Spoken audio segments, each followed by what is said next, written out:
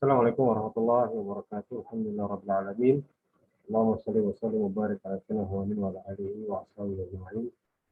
Teman-teman bahagia, pada kesempatan hari ini, hari pembahasan kita yang 9 dan 10 11 ya. Saya membaca materi-materi yang didapat dari kawan-kawan mengenai fatwa-fatwa besar tentang pemakaian masker ya bagi yang sedang ihram ya. Jadi artinya saya membahas sedikit tentang materi kemarin ya. Jadi fatwa ini kita jadikan sebagai referensi dalam pembahasan masalah fikih. Kenapa? Yang kita ambil adalah materinya ya.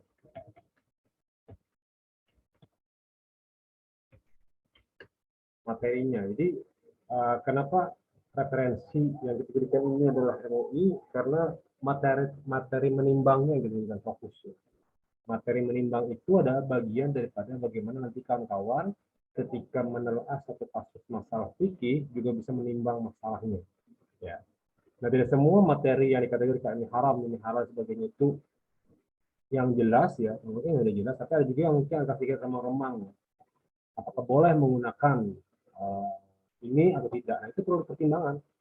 Contoh seperti nanti yang akan kita bahas adalah mengenai masker tadi ya. Nah, itu kan pada prakteknya tidak diizinkan atau diperbolehkan ketika orang umroh atau lagi ihram itu menggunakan masker, ya, harus dibuka. Kecuali memang takut-takut fitnah. Nah, itu pengecualian namanya. Ada pertimbangan ya. Nah, sedikit mengulang kemarin, ya, jadi hari ini kita akan membahas tentang atribut keagamaan muslim, menggunakan serta ploska misalnya, atau menggunakan gambar salib kah, atau palang salib kah di kalung kita, atau sejenisnya ya. Kemudian ada juga yang kita bahas tentang bagaimana jika kita mendapatkan haji pada masa usia dini oleh para lansia. Dan terakhir tentang pakaian masker bagi yang sedang ihram. Mungkin ada sedikit kata besar, tapi saya hanya membaca secara cepat saja. Nah, kemarin itu saya minta, kenapa lebih awal ya, saya baca lebih awal, baca dulu. Nah, PowerPoint kawan-kawan itu sudah baik ya, maksudnya itu terpenuhi, tapi penjelasan yang kurang terpenuhi ya. Jadi menjelaskan itu bukan membaca teks ya, tapi memahamkan teks kepada kawan-kawan pendengar. Nah, memahamkan teks ini ya perlu pemahaman lebih dekat dulu dari si pembacanya. Ya. Baik, dengan ucapan basmalah, Bismillahirrahmanirrahim, mudah-mudahan Allah memberikan manfaat dan berkah pada apa yang kita sedang dan akan belajar. Alhamdulillahirrahmanirrahim, hari ini kita akan membahas 3 fatwa, sedikit mengulang materi kemarin.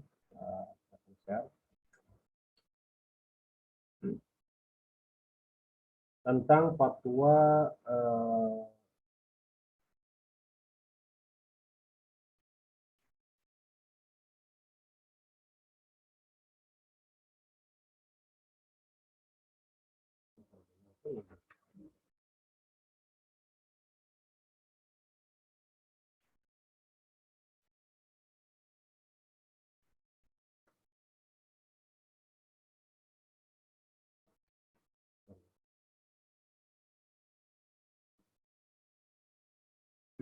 nah, kemarin kawan-kawan sudah membahas tentang yang donor ya, ini sedikit saya tambahkan saja materinya.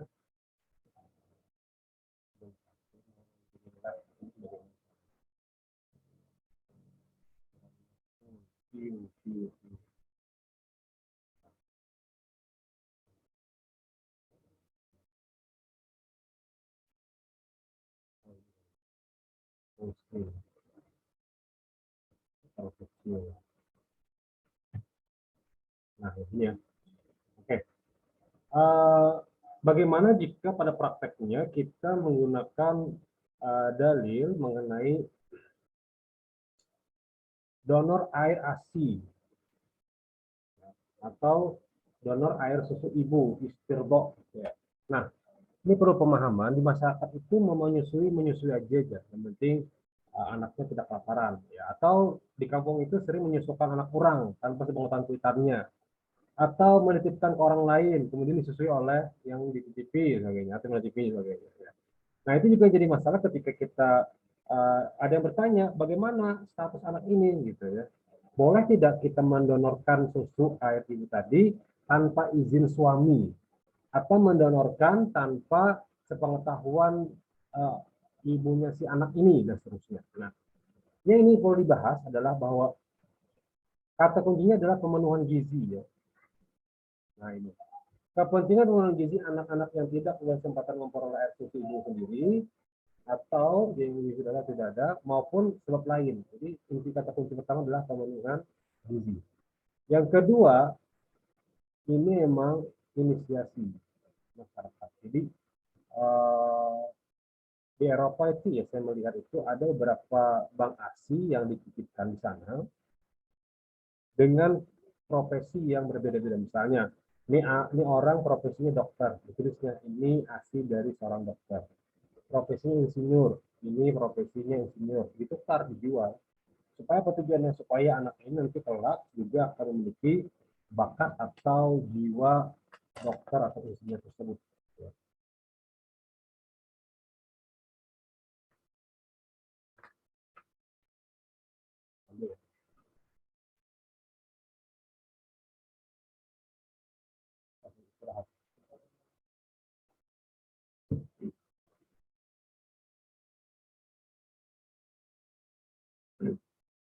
Baik, maaf. Fokus kembali ke materi. Materi menjelaskan satu aja supaya jangan terlalu lama. Nah, yang keempat, orang yang mendonorkan darah apa mendonorkan ASI tadi bagaimana status hukumnya? Saya jelaskan tadi di Eropa itu sudah ada bank ASI. Yang misalnya orang tua tidak sempat mengurus anaknya, dia telepon bank ASI, tolong antarkan air susu ke alamat ini, nanti anak saya akan ada di rumah dengan pembantunya misalnya. Maka diantarkan. Kemudian setelah diantarkan nanti pembantunya akan mengambilkan air susu tadi, kemudian disusukannya pada anak yang diminta tadi. Nah itu namanya istirqa daripada guna dijadikan pedoman dalam fatwa donor ASI. Nah kasus sekarang itu mungkin lebih cenderung kepada donor yang mungkin donor darah, donor plasma, yang donor saat ini dan sebagainya. Nah mungkin maksudnya nanti konteksnya adalah donor transplantasi, donor ini, donor itu. Mungkin izin ataupun tanpa izin nanti juga akan dibahas. Nah, dalil yang pertama adalah wal dari orden ini. Jadi konteksnya adalah bahwa peranan ibu itu dalam memberikan ASI itu sangat penting. Jadi, kemudian wa ta'awun 'alal birri wat taqwa, ada kasus kedua yang kita saling membantu jika memang anak itu kekurangan gizi dan sebagainya. Kemudian Rasulullah radha lilal ma tazawwaju an bertanya. Jadi yang kedua itu saya yang memberikan telah jadi kita bahas malam ya masalah radha ahli. Nah, catatannya di sini adalah fikinya. Ya. Lil wasa ini hukum maqasid, hukum sarana hukum yang berkaitan dengan jadi kalau misalnya dia menyusukan orang lain dan konteksnya menjadikan dia sebuah darah atau tulang, maka jadilah kepersusuan nantinya. Kita bahas sudah malam, jangan baca lagi. Nah, terjadi perbedaan pendapat di kalangan ulama fikih adalah bagaimana jika hasil tersebut tanpa menggunakan, mohon maaf, dari air susu ibunya langsung, ya, tapi melalui dari alat bantu. Apakah sama dengan masuknya ASI langsung ke anak atau tidak? Ya. Ini menjadi perdebatan. Ya. Jadi dalam kitab Al-Muhadzab, sekarang ini mengatakan hukum mahram perempuan dapat melalui proses al-wajur, air susu tadi dimasukkan ke tenggorokan anak, ya. Masuknya ASI tersebut juga berperan dalam pertemuan daging dan tulang. Maka hukum mahram karena perempuan juga berlaku melalui proses asuh, artinya memasukkan ASI melalui hidung karena itu. Nah, konteksnya berarti apa? Yang penting air susunya masuk, entahnya pakai odot, entahnya langsung disusui di dada, langsung ke mamanya atau titipan dibawakan atau sebagainya. Nah, yang penting intinya adalah masuk ke tenggorokan.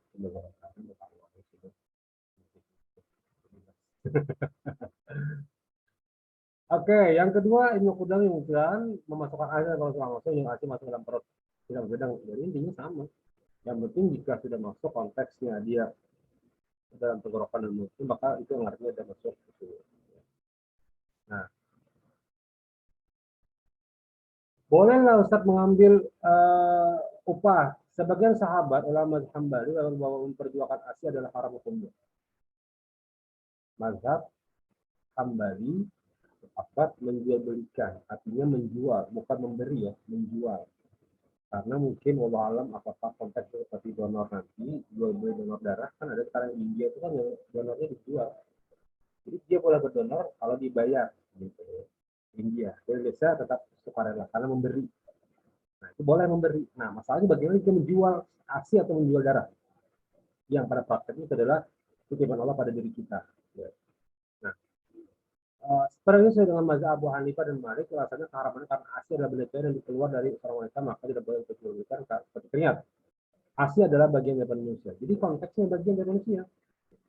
Kalau seperti bagian dari manusia, maka tidak boleh diperjualbelikan. Jual rambut, jadikan beli, jual mata untuk donor mata, jual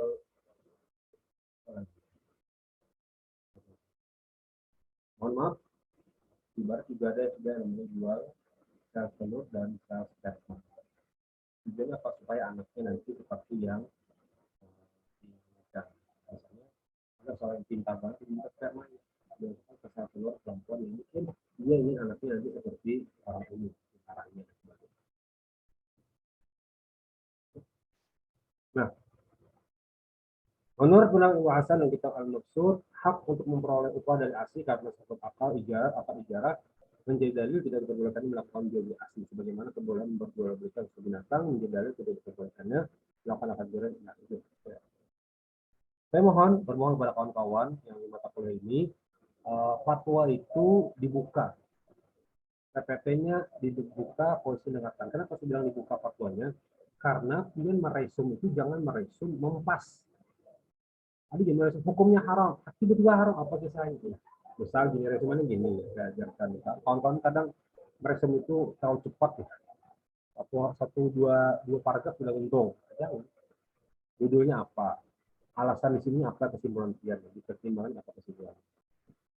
Kemudian dalil-dalilnya boleh pilih topik nomornya saja, apakah 23, 23. Apa kesimpulan kian dari hadis ini, ayat ini diberikan analisa buah. Misalnya larangan, ini anjuran, sebagainya, silahkan. Jangan tiba-tiba dalil ini dari apa hukumnya dalil yang tidak anda pahami nanti. Hadis Nabi tulislah satu atau dua hadis yang anda kesimpulannya apa. Kemudian pendapat hadis ada kaidah juga apa kesimpulan anda analisanya. Lalu satu resuman satu halaman. Nah, jadi kalau ada tiga resuman tiga fatwa berarti 3 halaman dong ya. Bukan satu halaman 3 fatwa gitu. Itu terlalu sempit karena dia memahaminya gitu. Kita baca lagi fatwa ini ya, supaya menguasai referensi namanya, menguasai referensi ya. Karena kasusnya bukan yang ini nanti, akan ada muncul nanti kasus-kasus misalnya menjual belikan organ. Nah, yang lagi ramai ini pada pertanyaan adalah bolehkah kita menjual belikan organ darah kita? Boleh gitu. Darah yang dijual kemudian disumbangkan ke rumah sakit, apakah boleh? Dan si penjual ini menjualnya secara diam-diam kepada seorang aja. Contoh yang lebih namanya apa? Plasma convalescent, apa sih namanya itu? Bahkan dia berani mendonorkan tapi dengan syarat dijual. Jadinya apa? Kalau menjual apa mendonorkan plasma kuning tapi satu hari 1 juta. Dia berarti yang berjual aja. Nah itu ngarannya apakah sifatnya juga jual beli donor atau jual beli plasma atau itu kita mendonorkan. Kalau menggunakan dalil ini sama berarti konteksnya tidak boleh menjual atau memperjualbelikan barang yang ada dalam diri kita. Ya. Nah, petunjuk umumnya bahwa boleh memberikan itu jika memang sehat fisik, sehat badan, dan tidak hamil. Kemudian, ya tentunya adalah mahram seksualnya. Kemudian mahram itu bisa diberikan karena satu usul syaksi pangkat atau interpersonal seorang itu ibu siswa dan ibu dari ibu siswa tersebut berdekatan. Yang namanya mahram itu ke atas. Yang kedua al-furu' min ar-radha', ke bawah juga sama dari anak cucu. Furu' arba'ah ini min ar-radha'ah, juga anak-anak dari ibunya. Jadi melebar juga sama. Jadi namanya sesuatu itu bukan hanya dengan adiknya aja, tidak ke atas juga, ke bawah juga. Dan sangat membantu juga. Al-furu' mubasyarah, keturunan dari kakek dan nenek juga. Jadi sesuatu merupakan pada dari kamu. Terus yang Anda baca tadi ini namanya sepersusuan. Nama-nama sepersusuan ya, nanti kita pahami lagi. Nah, anak terjadinya mahram kapan? Nah, ini jadi fokus kita. Mungkin kalau Anda puasa di minggu, tulisannya usia anak yang menyelesaikan maksimal 2 tahun kamarnya. Jadi nanti Anda akan letakkan orang ini anak ini sepersusuan nggak kira-kira dia lawan anak si Anu. Ya. Maka jawabannya apakah dia sudah 2 tahun sepersusuan itu? Yang kedua, ibu pendonor ASI diketahui identitasnya secara jelas. Jadi tidak bisa kita mendonorkan ASI itu beri diam, tidak bisa kita jadi sepersusuan. Ya. Misalnya dia titip anak, kemudian susunya, apakah jadi sepersusuan? Tidak, karena dia harus tahu. Kemudian 5 kali susu, jadi setelah 1 kali, minum, 2, 3. Nah kita ambil jalur tengah apa ambil 5. Meskipun ada mungkin menunjukkan dari yang lain 3 kali susu atau nah kita ambil yang tengah-tengah saja perdebatannya itu di 5 kali sepersekian kenyang, artinya disusui sampai gurih. Nah, kemudian boleh, nah ini kata kunci lagi, sepersusuannya itu baik dilakukan langsung pada ibunya ataupun melalui alat kan itu ada yang memerah susu dan kemudian dipindahkan ke bocoran. Ya. Nah, kawan-kawan juga bisa melihat nanti bahwa ASI yang dikonsumsi tersebut harus benar mengenyangkan, bukan sekedarnya saja 5 kali susu tidak, tapi 1 kali kenyang, 2 kali kenyang, 3 kali kenyang. Usianya 2 tahun tadi sudah dibahas ya. Kemudian tujuannya bukan menjual, tapi kebaikan atau mendonorkan itu sebagai pola kebaikan ibu kepada bayi. Ya. Nah, seorang muslimah boleh memberikan hati kepada bayi dan muslim karena menasih bagi membutuhkan hati kepada bayi. Kalaupun non muslim juga boleh, tapi sifatnya adalah kebaikan kita karena ada kesian, ada yang membermakan. Ya. Nah, boleh, tapi catatan tidak diperjualbelikan. Ini kata kuncinya, teman-teman perlu ingat. Nah, nanti akan muncul karena donor ASI, konteksnya bank ASI. Ini cabangnya bank ASI, bank donor, bank sperma, bank sperma. Akan muncul. Di Eropa sekarang sudah ramai. Bank ASI ini diperjualbelikan. Bahkan dia membeli ASI atau ada yang mendonorkan ke rumah sakit, satu lembaga, kemudian dia menjual ke siapa yang hendak. Dengan cara sendiri apa? Ini ASI dari ibunya seorang dokter. Ini ibu ASI dari ibunya sendiri, dan sebagainya. Ya. Dan kedua, tidak boleh juga dijadikan sebagai upah. Tapi kalau menjagakan anak aja silakan. Tapi kalau mau upah untuk menjual dirikan ASI-nya, tidak boleh. Nah, rekomendasi ini dijadikan sebagai bahan referensi kawan-kawan dalam menelaah bagaimana konteks nanti jika donor ini dihubungkan dengan anggota badan atau bagian dari anggota tubuh manusia.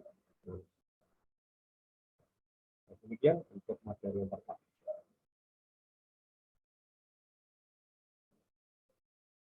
Lanjut yang kedua ya, yang kedua masih ada ini. Baik, screen lagi. Silakan lihat di bagian kedua, ini saya melihat ada kawan-kawan yang menelaah tadi. Mereka menelaah tentang Fatwa nomor 20 tahun 2016 tentang pakaian atribut non-muslim. Jadi nanti akan datang di Desember atau bulan apa, karena kaum muslim disuruh oleh pimpinannya untuk menggunakan atribut muslim. Ini kaitan fatwa sebenarnya. Nah, bagaimana jika atribut itu digunakan persis, misalnya kalung salib atau topinya topi pastur misalnya, atau yang mirip dengan Yahudi. Apakah itu juga disebutkan sebagai larangan konteksnya adalah menghormati orang lain atau larangan konteksnya adalah disebutkan itu tergantung dari konteksnya. Nah, apa dasar hukum pertama? Karena ada namanya toleransi. Ya.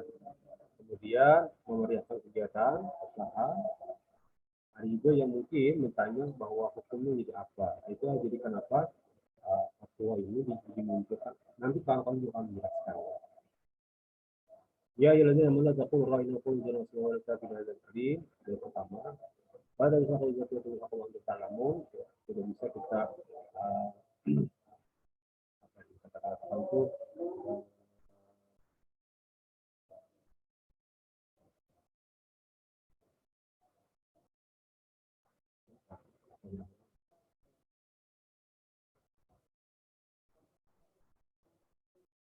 kemudian hadis Nabi apa dimusyrikin materi lillahi wa ini dari kuncinya ini di sini Rasulullah SAW menyatakan bersabda selisihilah kaum musyrikin, jadi jangan boleh atau kalau boleh sama kita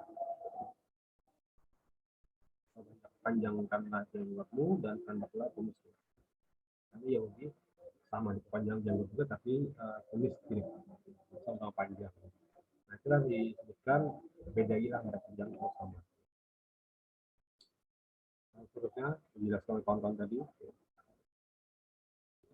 Kemudian mantasab bagikan bahwa minhum kalimat ujungnya ini adalah barang siapa menyerupai satu kaum maka dia termasuk dari golongan mereka. Tiba-tiba pengen ke gereja juga untuk apa sebagai ini maka konteksnya dalam menyerupai mereka. Atau pengen ke vihara datang di hari ibadah mereka itu jangan dianggap sebagai bagian daripada mereka.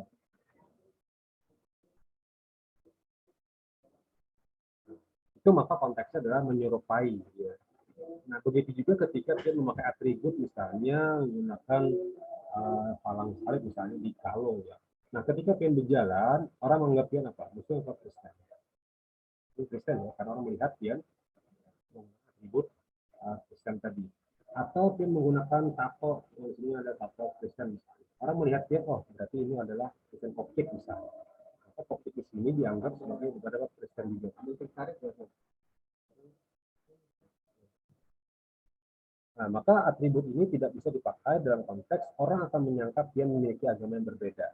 Nah, di sini misalnya bila terjadi kecelakaan, kemudian ada salib di kalung pian, ketika orang melihat, oh ternyata dia Kristen nih ya, kuburkan aja di kuburan Kristen. Akhirnya kan jadi bermasalah nanti. Gitu ya. Ini ngarannya kalimat mantasya bagi kaum dari kemudian nah, bagaimana jika kita menyerupai mereka? Hukumnya tentu ada pun menjadi orang kafir pemilik haram, sudah boleh bermaksud menyerupainya. Kemudian fatwa kubro sama juga menyebutkan bahwa menyerupai orang-orang dengan sengaja dengan tujuan menempati agama mereka, maka konteksnya menjadi bersalah. Itu kemudian berarti menempati agama orang lain dalam alasan toleransi atau toleransi sosial. Maka perlu perhatikan juga, tidak semuanya orang ingin kecuali mereka ingin sekedar kewajiban melihat saja. Melihat, oh ini mungkin muslim tapi disuruh. Ya, yang mana tokoh orang yang semua itu ada lagi. Jadi masalah.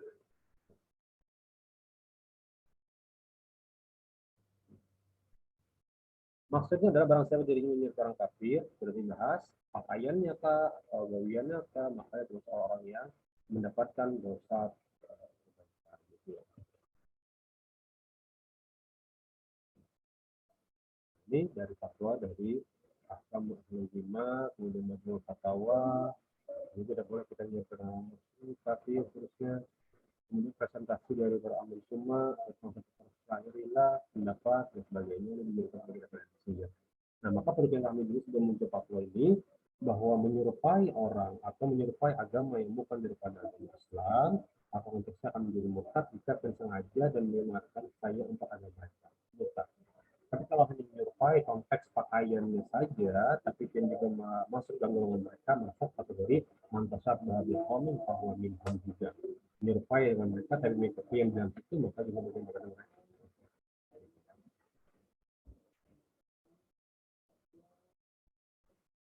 Nah, kemudian masuk juga konteksnya adalah atribut keagamaan adalah sesuatu yang dipakai dan digunakan sebagai kiri, baik itu dalam suatu agama, keyakinan, ibadah, menggunakan atribut keagamaan non muslim adalah haram. Jadi kita sengaja menggunakan atribut tidak baik, tidak baik. Mengajak atau memerintahkan menggunakan atribut keagamaan muslim adalah haram. Jadi kalau misalnya disuruh menggunakan atribut yang muslim, itu menjadi sebuah haram.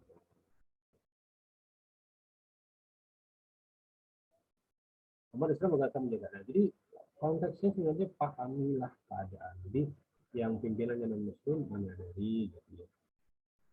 Kan perayaan mungkin perayaan Natal kah atau perayaan Masih dan sebagainya. Bukan berarti memaksa orang harus memakai baju atribut agama tersebut. Entah apapun tanpa itu dianggap sebagai agama, menyukai agama mereka atau tidak ya. Atau membeli tanaman Natal gitu atau di rumah apakah dengan mungkin bisa jadi ketika dia menaruh itu di depan mobil dan ada lampu orang mengira oh berarti itu Natalan ya. Nah ketika orang tahu itu Natalan berarti apa tasabun komun dia berarti tasabun komun itu konteksnya apa pendapat orang lain malam resumen seperti ini yang tulis itu bukan resumen dari yang ada gitu kan resumen yang ada sama juga tahu gitu. Resumen yang penjelasan boleh resumen dari kawan-kawan yang menjelaskan juga boleh.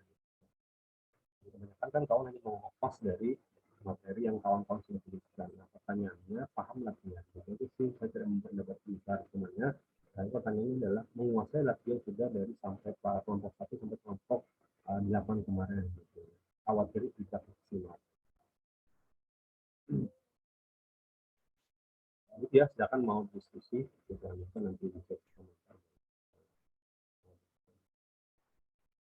Nanti kawan-kawan yang motor bisa membantu.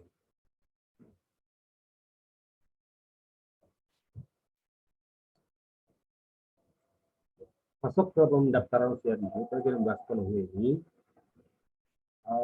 Konteksnya adalah bahwa orang ini mendaftarkan anaknya ibadah haji dengan yang penting dia sudah daftar haji dan terpenuhilah rukunnya gitu aja sih ya. Nah, rukunnya dia sudah melakukan ibadah haji meskipun jatah berangkat itu bukan haji. Itu kata kuncinya itu. Maka berdasarkan menjelaskan kawan-kawan yang tadi ditemukan bahwa dari kapan dia bisa mendaftarkan ya biasanya secara yang dijalani itu adalah masa usianya sudah mendapatkan balik di atas keluarganya. Nah, jadi ini maksa usia dini adalah usia yang sampai akhir balik. Kemudian, mukalaf dengan katakanlah hukum. Jadi kalau anak-anak itu belum beban hukum, bayi didaftarkan haji itu belum. Kemudian mampu, dia belum mampu sebenarnya karena konteksnya anak tersebut masih belum dianjurkan untuk berangkat haji. Nah, jadi dengan kami kuliah itu anak-anak banyak berangkat ya dari Mesir dan kemudian kenapa? Karena mereka dekat saja, tinggal naik kapal laut, kemudian mereka bawa semua keluarganya.